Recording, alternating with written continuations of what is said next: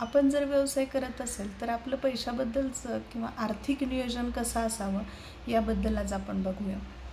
बघा, आपण एखादा व्यवसाय करतो त्यामध्ये काय होतं की वर्षाकाठी आपण जेव्हा इयर एंडिंगच्या वेळेस आपल्याला कळतं की प्रॉफिट किती आहे, लॉस किती आहे त्याच्यामध्ये. बरोबर, जे काही प्रॉफिट आपलं राहतं तर याच्यामध्ये 3 गोष्टी आपल्याला करायच्या आहेत. कोणत्या 3 गोष्टी आहेत की तुमचं वर्षभराचं जे काही प्रॉफिट आहे त्याचे 3 भाग करायचे, 3 हिस्से करायचे त्याचे. मग त्यातला जो पहिला हिस्सा असतो तो आपण काय करायचा, तर तो पुन्हा व्यवसायामध्ये गुंतवायचा. पहिला हिस्सा आहे तो पुन्हा व्यवसायामध्ये गुंतवायचा.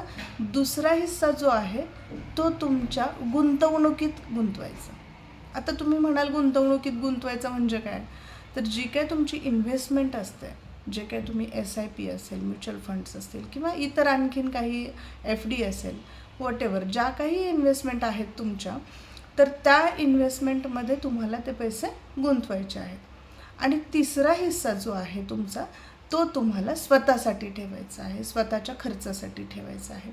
म्हणजे याच्याने काय होतं की तुमची पहिल्या याच्यामध्ये व्यवसायातली ग्रोथ पण होते, दुसऱ्यामध्ये तुमची गुंतवणूकही होते आणि तिसऱ्यामध्ये जे आहे ते तुम्ही स्वतःसाठी सुद्धा वापरू शकता. म्हणजे 3ही गोष्टीतून तुमचं आर्थिक जे काही बजेट आहे किंवा आर्थिक प्लॅनिंग जे काय आहे ते कुठेही चुकणार नाही आहे.